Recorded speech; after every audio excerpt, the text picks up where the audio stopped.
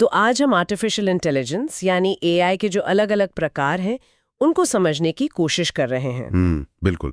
और हमारे पास जो जानकारी है वो एआई को दो मुख्य तरीकों से दिखती है। अच्छा, कौन से दो तरीके? पहला है एआई की काबिलियत, मतलब उसकी क्षमता के आधार पर, और दूसरा है कि वो काम कैसे करता है उसकी फंक्शनैलिटी के आधार पर। ठीक है, तो हमारा मकसद है कि इन स्रोतों के जरिए हम एआई के इन प्रकारों को थोड़ा और गहराई से समझें कि वो क्या कर सकते हैं, कैसे करते हैं। बिल्कुल। और आज की तकनीक असल में कहाँ खड़ी है। तो चलिए शुरू करते हैं। चलिए, तो पहले क्षमता यानी कैपेबिलिटी के हिसाब से देखते हैं। स्रोत बताते हैं कि इसमें तीन मेन कैटेगरीज हैं, नैरो एआई, जनरल एआई और सुपर एआई। हाँ, नैरो एआई से शुरू करें। हाँ, करते हैं। नैरो एआई तो नैरो एआई, जिसे कभी कभी वीक एआई भी कहते हैं, ये वो एआई है जो किसी एक बिल्कुल एक खास काम के लिए बनाया गया है। अच्छा, जैसे सोचिए सिरी रे या अलेक्सा, गूगल ट्रांसलेट, ये अपने काम में बहुत अच्छे होते हैं, बहुत तेज, पर ये इंसानी दिमाग की तरह हर तरह का काम नहीं कर सकते। मतलब इनका दायरा सीमित है। बिल्कुल, फोकस एक ही काम को इंसान से शायद बेहतर या तेजी से करने पर होता है। हाँ, ये तो हम रोज देखते ही हैं। ठीक है, तो फिर जनरल एआई क्या है? क्या ये वो वाला एआई है जो फिल्मों में दिखाते हैं, एकदम इंसानों जैसा सोचने वाला? हाँ, सैद्धांतिक रूप से वही है।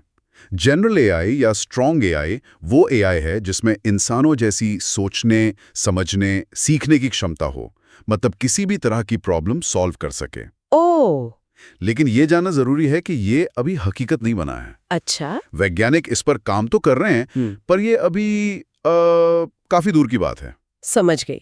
और तीसरा प्रकार है सुपर एआई। ये तो नाम से ही बहुत आगे का लग रहा है। हाँ, ये तो भविष्य की वो कल्पना है जहां मशीनें इंसानों से भी ज्यादा इंटेलिजेंट हो जाएंगी। इंसानों से भी ज्यादा?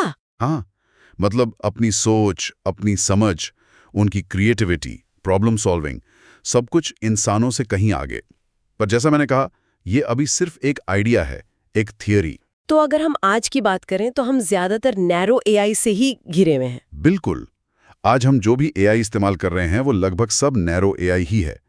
जनरल और सुपर एआई तक पहुंचना वो एक बहुत ही बड़ी तकनीकी छलांग होगी।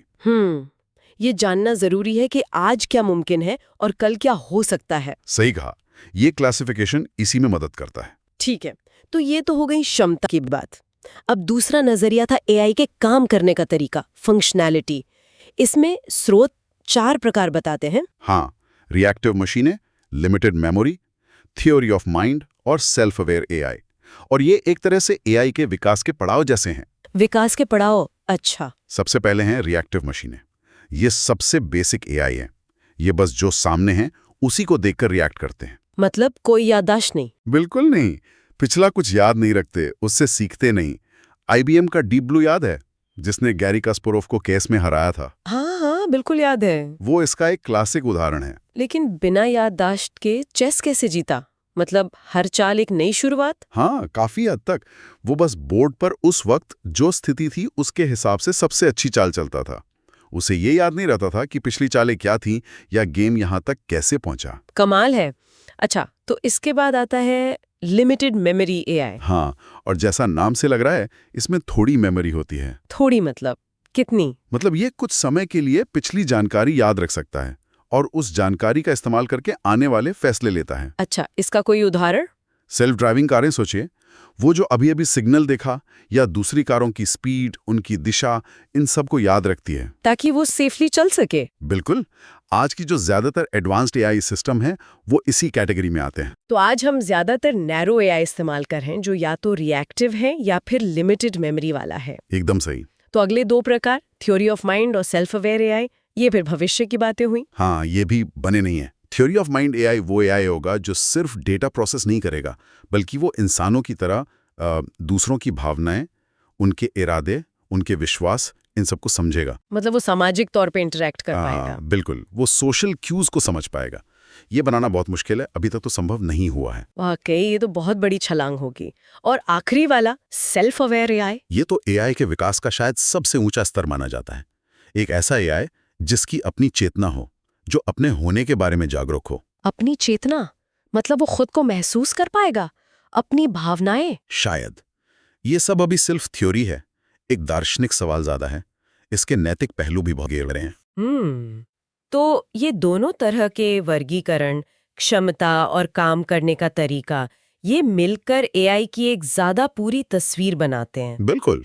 एक तरफ क्षमता बताती है कि एआई क्या कर सकता है, एक काम या कई सारे, और दूसरी तरफ काम करने का तरीका बताता है कि वो कैसे सोचता है या प्रोसेस करता है, बस रिएक्ट करता है या याद रखता है, या दूसरों को समझता है या फिर खुद को जानता है। और आज का नैरो एआई ज्यादातर रिएक्टिव या लिमिटेड मेमोरी वाला है। हाँ, और जनरल एआई बनने के लिए शायद थ्योरी ऑफ माइंड जैसी क्षमताएं जरूरी होंगी।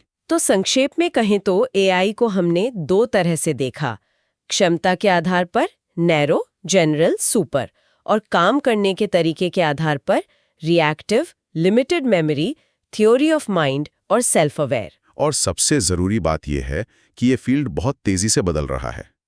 आज हम जो एआई देख रहे हैं वो ज्यादातर एक खास काम के लिए बने हैं या उनमें थोड़ी याददाश्त है, पर भविष्य में ऐसी मशीनों की कल्पना है जो शायद इंसानों जैसे सोचें या उनसे बेहतर और शायद जागरूक भी हों। और यहीं पर हमारे स्रोत एक बड़ा सवाल छोड़ जाते हैं।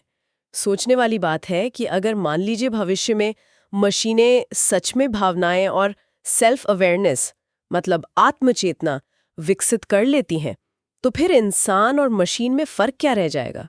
वो लाइन कहाँ खींची जाएगी? ये सवाल तो है, और इसका जवाब शायद भविष्य ही देगा।